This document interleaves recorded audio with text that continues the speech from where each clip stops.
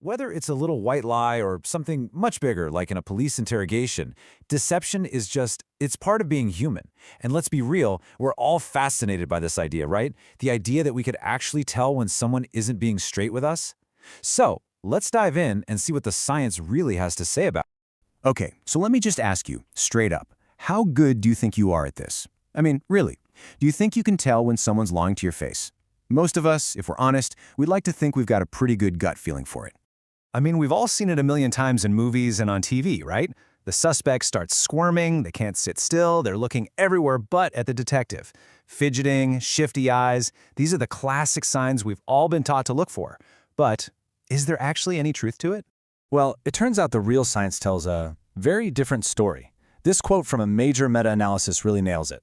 It says, the problem isn't that we're looking for the wrong things necessarily. It's that the tells we think are so reliable are actually incredibly weak. So if all that stuff about fidgeting and avoiding eye contact is basically a myth, what actually works? All right, let's start where you'd expect to find the clues, right on someone's face. We're going to leave the myths behind and get into the real science of what our faces can tell us. So let's just bust the biggest myth right out of the gate, those shifty eyes. It turns out that doesn't mean what you think it means. A psychologist who studied this for ages found that when someone looks away, it's not a sign they're lying, it's a sign they're thinking. Their brain is literally working to access long-term memories to give you an answer. It's a cognitive process, not a tell. Okay, so if we can't trust eye movement, what can we trust? Well, this is where it gets really interesting. We need to talk about micro-expressions. They're these tiny, involuntary flashes of emotion that happen on someone's face. We're talking a fraction of a second, so fast you could blink and miss it. But here's the kicker. Because they're involuntary, they can leak out someone's true feelings, even when they're actively trying to hide. And the reason these are so powerful is that these 7 core emotions, they look the same on everyone's face. Doesn't matter where you're from, what language you speak, it's a truly universal human language. Take contempt, for example. It's often just this tiny, one-sided smirk, like a flash of feeling superior.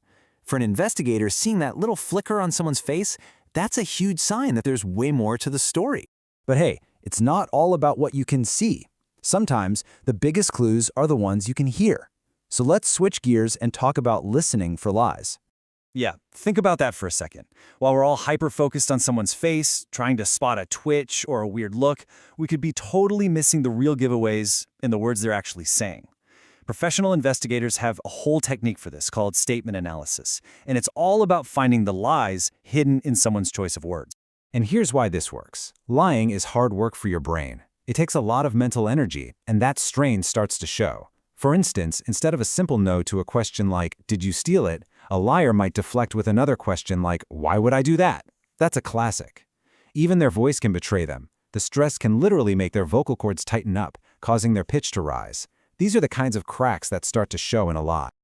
Okay, so we've been talking about the kinds of lies people tell to get out of trouble. But what happens when lying isn't just a one-off thing? What if it's compulsive, a core part of who they are? Now we're getting into something totally different, pathological lying. Pseudologia fantastica. I know, it sounds like a magic spell, and honestly, the stories can be just as fantastical. This is so far beyond telling a white lie. We're talking about a compulsive, almost uncontrollable need to just make things up. Elaborate, dramatic stories about, well, anything and everything. So what does this look like in real life? Well, the stories are often just way out there. Stuff that's too wild to be true. They'll claim they're best friends with a celebrity or they fought off a shark. And the stories are packed with all this unrequested detail, but if you ask them to tell it again later, key parts will change. And here's the big one. If you call them out on it, they get super defensive, sometimes even aggressive. And this is what's so fascinating and kind of tricky about it. This quote from Dr. Kyle Zrenchik gets to the heart of it. He says that they repeat these lies so often with such frequency that the lies start to feel real, even to them. It's not quite a delusion, but through sheer repetition, the line between fact and fiction just blurs. The lie becomes their truth. All right, let's really raise the stakes now. We're leaving everyday life behind and heading into the police interrogation room, where spotting a lie can mean the difference between getting justice and sending an innocent person to prison.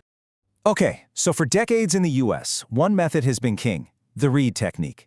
And you have to understand something really important about it. The Reed technique is not about finding out what happened. Its only goal, its only objective, is to get a confession from someone the police already believe is guilty. And it's a very specific 9-step process. It starts with just confronting the person, telling them they did it. Then it moves into developing themes, which is really about offering excuses to make the crime seem not so bad. The middle steps are all about shutting down any denial and just cranking up the psychological pressure. And then you get to this crucial step where they present an alternative, basically giving them 2 options for why they did it, where both options are still a confession. It's designed to corner you. So the whole thing boils down to these 2 powerful tactics. Minimization is what we just talked about, making the crime seem like no big deal. But then there's maximization. This is where interrogators can, and this is perfectly legal, lie to the suspect.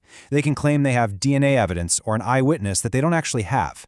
You combine those 2 things, and the pressure becomes so intense that innocent people have been known to confess just to make it all stop.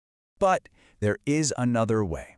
A newer method, called the peace model, is basically the polar opposite of Reed.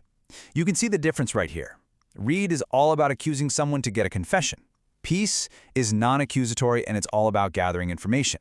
It's a total shift from psychological warfare to an actual conversation. Yeah, the peace model works a lot more like good journalism than a psychological beatdown.